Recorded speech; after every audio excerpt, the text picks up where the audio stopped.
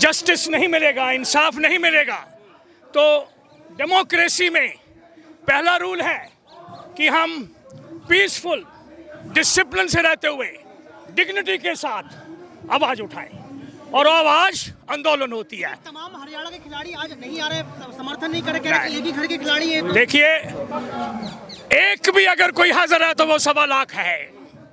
आवाज उठनी चाहिए।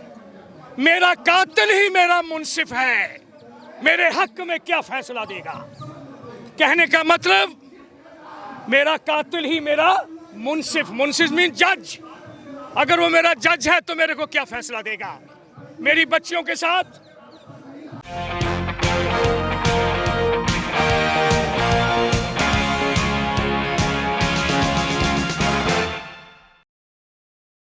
ब्रजभूषण शरण सिंह को गिरफ्तार करवाने के लिए और यहां पर ब्रजभूषण शरण सिंह के इस्तीफे के लिए तमाम लोग जो है विनेश फोगाट और साक्षी मलिक के समर्थन में उतर चुके हैं।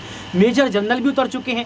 मेजर जनरल से जब ग्राउंड पर बातचीत की जाती है तो यहां पर पता चलता है कि उन्होंने साफ तौर पर केंद्र की सरकार को चुनौती दे दी। केंद्र की सरकार को आईना दिखाने के लिए ये बता दिया कि आपको ब्रजभूषण शरण सिंह को जो है फांसी पर चढ़ाना होगा, आपको ब्रजभूषण शरण सिंह से इस्तीफा लेना होगा और ये कह दिया है कि न्याय जब तक नहीं मिलेगा तब तक हम जो है यहाँ पर कहीं ना कहीं महिला खिलाड़ियों के साथ खड़े हैं। नमस्कार, आपके साथ मैं हूँ ऋतिक सविता। स्वागत है आपका नेक्स्ट 9 स्पोर्ट्स में। दर्शकों, आपको बता दें कि मेजर जनरल ने यहाँ पर कहीं ना कहीं महिला खिलाड़ियों के समर्थन करते हुए केंद्र की सरकार को जमकर सुनाया। आखिर क्या कुछ कहते हैं मेजर जनरल, आप खुद ही सुनिए। सवाल ये आपसे कि क्या ये आंदोलन राजनीति का अखाड़ा बन चुका है? भाई रुक जाओ यार भाई। क्या ये आंदोलन अब राजनीति का अखाड़ा बन चुका है? नहीं, ऐसा नहीं है। हम तो अपनी बेटियों की सपोर्ट में आए हैं। जहां पे भी और जब जब बेइंसाफी होगी, जब जब हमें जो जस्टिस नहीं मिलेगा, इंसाफ नहीं मिलेगा, तो डेमोक्रेसी में पहला रूल है कि हम पीसफुल डिसिप्लिन से रहते हुए डिग्निटी के साथ आवाज उठाएं और आवाज आंदोलन होती है। तमाम हरियाणा के खिलाड़ी आज नहीं आ रहे, समर्थन नहीं कर रहे, कह रहे कि ये भी घर के खिलाड़ी हैं। देखिए, एक भी अगर कोई हाजिर है तो वो 1.25 लाख है। आवाज उठनी चाहिए।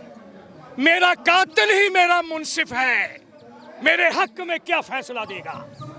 कहने का मतलब मेरा कातिल ही मेरा मुंसिफ, मुंसिफ मीन जज, अगर वो मेरा जज है तो मेरे को क्या फैसला देगा। मेरी बच्चियों के साथ आज बेइंसाफी हुई है। सर, आपने OROP की जो लड़ाई है वो लगातार आप काफी लंबे समय से लड़ रहे हैं। वहीं पर सर एक यहाँ पर धरना चल रहा है, जैसे कि 71 दिन हो गए, जो कि आपके ही जवान और जेसीओ वो यहाँ पर समर्थन में दे रहे हैं। क्या आप उनका भी समर्थन करेंगे? आज हम अपने बारे में नहीं बोलने आए, अपनी बेटियों के बारे में बोलने आए हैं। लेकिन यहाँ पर बीजेपी बेटी बचाओ बेटी पढ़ाओ का नारा देती है, तो क्या ये धूमिल हो चुका है? तीसरी बात नहीं, तीसरी बात, बेटी को अच्छी साथन बनाओ। बेटी बचाओ, बेटी पढ़ाओ, बेटी को अच्छी साथन बनाओ और उसे एम्पावर करो, शक्ति दो। शरण सिंह ने आरोप लगाया बजरंग पूनिया के ऊपर ही, संगीन आरोप है, उस पर क्या कहेंगे? देखिए, आज हम ये समझ रहे हैं पूर्व सैनिक कि हमारी बेटियों की इज्जत को घाव लगा है।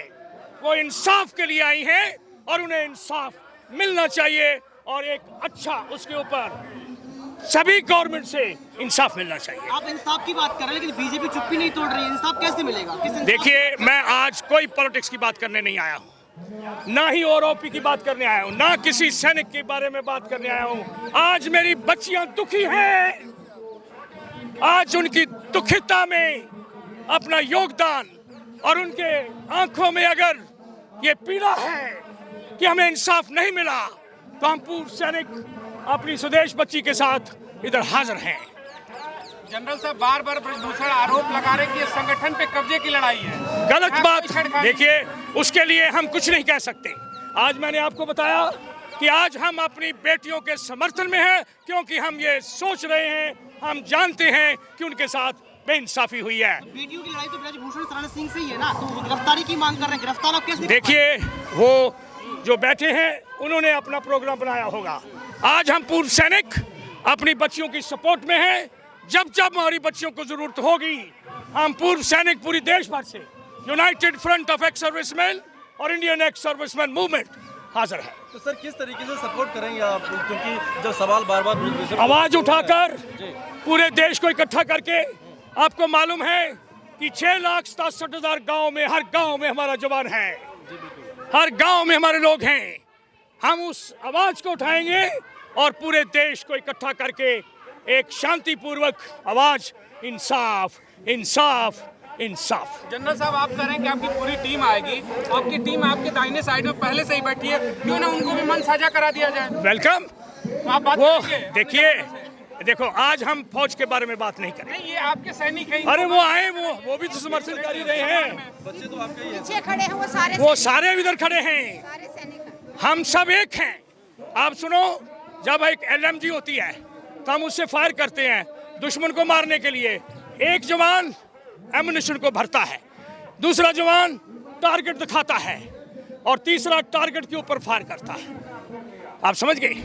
तो ये सारे ही हम एक हैं और कभी बाजू, नाखून खून से और शरीर से अलग नहीं हो सकता। सर, आपने जो दिया जलाया था अब से बहुत दिनों पहले, उसे लगभग 3,000 दिन होने वाले हैं। क्या 3,000वें दिन आपका जो धरना है, जिसका आपने पहले दिया जलाया था, उसका कुछ आप लोग आएंगे? देखिए, आज नहीं, वो आज नहीं उसके बारे में, लेकिन आपने 3,000 बोला, हम बोलते हैं 30,000 दिन हमारा धरना जारी रहेगा जब तक हमें इंसाफ नहीं मिल जाता। जनरल साहब, पुलवामा हमले पर क्या कहेंगे? सतपाल मलिक देखिए, ने बयान दिया, आप सेना से जुड़े हुए जनरल, सबसे बड़े पद से आप रिटायर हैं, उस पर क्या कहेंगे? सच्चाई क्या है पुलवामा? देखिए, आप उससे आज के हमारे विषय से दूर जा रहे हैं, मैं नहीं चाहूँगा, लेकिन अगर सैनिक होने के नाते अगर आपने पूछा है तो हम यही कह सकता हूँ कि गवर्नर जो अथॉरिटी था वो सच बोल रहा है।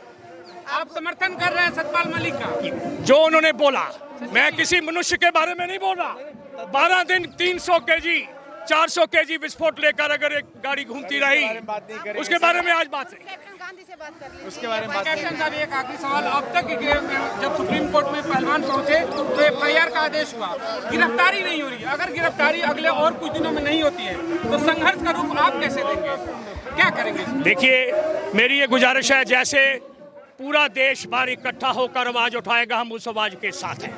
तो सुना आपने मेजर जनरल को। आपने सुनने के बाद ये पता लगा लिया होगा कि आखिर क्यों गुस्से में है मेजर जनरल। उन्होंने साफ तौर पर कहा कि आप बेटी बचाओ बेटी पढ़ाओ का नारा देते हैं, आप स्त्रियों के दर्द की बात करते हैं, आप यत्र नार्यस्तु पूज्यन्ते रमन्ते तत्र देवता की बात करते हैं। इसके बावजूद भी बेटियां सुरक्षित नहीं हैं। बेटियों को न्याय मिलना चाहिए, विनेश फोगाट को न्याय मिलना चाहिए, साक्षी मलिक को न्याय मिलना चाहिए। इस तरीके की बात जो है ग्राउंड सर्वे में कहते हुए नजर आए मेजर जनरल। अब देखना ये पड़ेगा कि मेजर जनरल की बातों का प्रभाव कितना नरेंद्र मोदी पर पड़ता है, क्योंकि देश के प्रधानमंत्री नरेंद्र मोदी की बात कर लो या फिर अमित शाह की बात कर लो, तमाम बीजेपी पार्टी के नेता लगातार जो है अभी विधानसभा चुनाव में लगी है, क्योंकि राजस्थान का चुनाव नजदीक है, इसके साथ साथ मध्य प्रदेश का चुनाव नजदीक है। लेकिन जब हम खेल की बात करते हैं, खिलाड़ियों की बात करते हैं, तो कहीं ना कहीं ये ध्यान रखा जाता है कि देश और खिलाड़ी से कहीं ना कहीं जो है वर्चस्व आगे बढ़ता है और ये पता लगाया जाता है कि भारत देश में खेल खेलने की क्षमता कितनी है। क्योंकि हमारा खेल इतना बेहतर नहीं रहा, लेकिन साक्षी मलिक की वजह से, विनेश फोगाट की वजह से यहाँ पर तमाम मेडल देखने को मिले, देश को गौरवान्वित महसूस करवाया। अब देखना यह पड़ेगा कि यहाँ पर देश के प्रधानमंत्री नरेंद्र मोदी खिलाड़ियों का समर्थन करते हैं या फिर हमेशा की तरह ब्रजभूषण शरण सिंह को बचाते हुए नजर आएंगे। लेकिन दर्शकों, जाते जाते मेरा सवाल आपसे ये रहेगा कि मेजर जनरल ने जो बातें कही हैं उससे क्या आप सहमत हैं? अगर सहमत हैं तो आप कमेंट बॉक्स में जरूर बताएं। आज के लिए सिर्फ इतना ही। देखते रहिए नेक्स्ट 9 स्पोर्ट्स।